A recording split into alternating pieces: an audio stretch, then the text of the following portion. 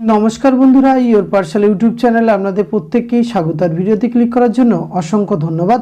ত্রিস্তর পঞ্চায়েতে ৭,০০০-এর বেশি শূন্য পদে নিয়োগ করতে চলেছে রাজ্য সরকার এবং এই পরীক্ষা যাতে করে বেশি সংখ্যক পরীক্ষার্থী বসতে পারে তাই কোনো পরীক্ষার ফি কিন্তু লাগবে না।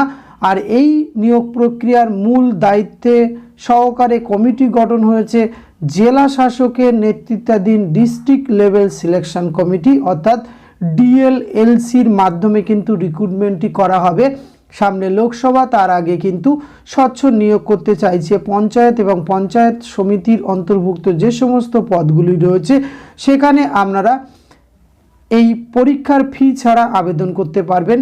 গ্রাম সহায়ক নির্মাণ, সহায়ক গ্রাম পঞ্চায়েত কর্মী, পঞ্চায়েতের secretary, block information officer, clerk, typist এবং পিয়ন, এই পদগুলিতে কিন্তু ৭,০০০-এর বেশি শূন্য পদে নিয়োগ বিজ্ঞপ্তি প্রকাশিত হতে চলেছে এই মাসেই এবং এখানে আপনারা বিভিন্ন যোগ্যতাতে আবেদন করতে পারবেন। এই ধরনের একটি গুরুত্বপূর্ণ আপডেট কিন্তু এটি দৈনিক সংবাদপত্রে উঠে এসেছে, সেটি আমি আপনাদের সঙ্গে শেয়ার করতে চলেছি। ভিডিওটি আপনারা পুরোপুরি দেখতে থাকুন। সাথে চ্যানেলটিতে নতুন হলে অবশ্যই সাবস্ক্রাইব করে রাখুন যাতে করে এই ধরনের গুরুত্বপূর্ণ আপডেট সবার আগে আপনার কাছে পৌঁছে যায়। আসুন সরাসরি আমরা সেই গুরুত্বপূর্ণ আপডেটটি দেখে নিই। ত্রিস্তর পঞ্চায়েতে ৭,০০০-এরও বেশি শূন্য পদের নিয়োগ পরীক্ষায় ফি নেবে না রাজ্য সরকার। বেশ কয়েক বছর পর পঞ্চায়েতের ৩টি স্তরে একসঙ্গে ৭,২১৬টি শূন্যপদ পূরণের ছাড়পত্র দিয়েছে মুখ্যমন্ত্রী মমতা বন্দ্যোপাধ্যায়ের মন্ত্রিসভা। এই নিয়োগ প্রক্রিয়ার মূল দায়িত্বে থাকছেন জেলা শাসকদের নেতৃত্বাধীন জেলা স্তর নির্বাচন কমিটি বা ডিস্ট্রিক্ট লেভেল সিলেকশন কমিটি ডিএলসির মাধ্যমে এই নিয়োগটি করা হবে। খুব শীঘ্রই শুরু হবে একে একে চাকরির পরীক্ষা সংক্রান্ত বিজ্ঞপ্তি জারি করা। তবে এই পরীক্ষা বসতে কোনো ফি দিতে হবে না পরীক্ষার্থীদের। মূলত বেশি সংখ্যক যুবক যুবতীদের এই পরীক্ষা বসার সুযোগ করে দিতে চাইছে রাজ্য সরকার বলে জানা যাচ্ছে প্রশাসনিক মহলের মাধ্যমে। গ্রাম পঞ্চায়েত স্তরের গ্রাম সহায়ক নির্মাণ, সহায়ক গ্রাম পঞ্চায়েত কর্মী, পঞ্চায়েতের সেক্রেটারি সহ একাধিক পদে নিয়োগ করা হবে, যার মোট সংখ্যা ৬,৬৫২টি এবং পঞ্চায়েত সমিতিগুলিতে নিয়োগ হবে ৫৬৪টি পদে, যার মধ্যে রয়েছে block information officer, clerk, typist এবং পিয়ন।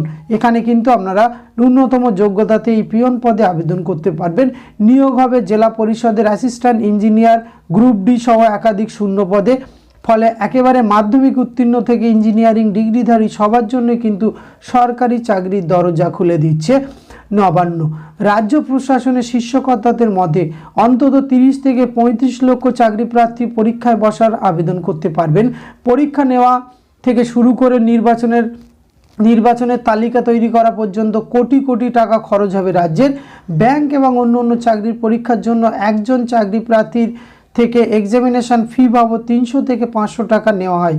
কোনো ক্ষেত্রে এই অঙ্ক ১,০০০ টাকার গণ্ডিও ছাড়ায়। তবে হাজার আর্থিক টানাটানি থাকা সত্ত্বেও মানবিক কারণেই পঞ্চায়েতের এই সমস্ত শূন্যপদ পূরণে পরীক্ষার্থীদের থেকে কোনো রকম এক্সামিনেশন ফিস নেবে না বলে সিদ্ধান্ত জানা গিয়েছে। বেশিরভাগ ক্ষেত্রে রিটেন টেস্ট এবং ভাইবা দুটি স্তরে সম্পূর্ণ করা হবে পরীক্ষা। কিছু ক্ষেত্রে রয়েছে যেখানে তার সঙ্গে যুক্ত হবে কম্পিউটার সংক্রান্ত একটি পরীক্ষা। প্রশ্নপত্র তৈরি থেকে শুরু করে ওএমআর শিট ছাপানো সমস্ত দায়িত্বই থাকবে ডিএলসিগুলির। তবে সম্পূর্ণ নিয়োগ প্রক্রিয়া সুষ্ঠু স্বচ্ছভাবে সম্পূর্ণ করতে এ মাসের শেষে একটি এসওপি এবং স্ট্যান্ডার্ড অপারেটিং প্রসিডিওর জারি করার কথা বলা হয়েছে পঞ্চায়েত দপ্তরের। পঞ্চায়েতের রিক্রুটমেন্ট রুলসকে সামনে রেখে তৈরি এই এসওপি অনুযায়ী নিয়োগ প্রক্রিয়া চালাতে হবে ডিএলএসসিগুলিতে, যেখানে পরিষ্কার বলা থাকবে নিয়োগ প্রক্রিয়ার স্বার্থে কোনো রকম বেসরকারি সংস্থাকে নিযুক্ত করা যাবে না। এখানে শেষ নয়, নিয়োগ প্রক্রিয়ার জন্য একটি পৃথক রিক্রুটমেন্ট পোর্টালও তৈরি করতে চলেছে রাজ্য সরকার। একেবারে ওটিপি দিয়ে এই পোর্টালে রেজিস্ট্রেশন করে রাখতে হবে চাকরি প্রার্থীদের। বিজ্ঞপ্তি জারি হলে সংশ্লিষ্ট পদের জন্য এই পোর্টালে ঢুকে আবেদন করতে হবে তাদের। এখন থেকে তারা ডাউনলোড করতে পারবেন এখান থেকেই তারা ডাউনলোড করতে পারবে পরীক্ষার অ্যাডমিট কার্ড। ফলে এই নিয়োগ সংক্রান্ত সমস্ত কাজ হবে একেবারে অনলাইনে, যা প্রতিটি ডিএলসিগুলি নিশ্চিত করবে পঞ্চায়েত দপ্তরের তৈরি এই পোর্টালের মাধ্যমে।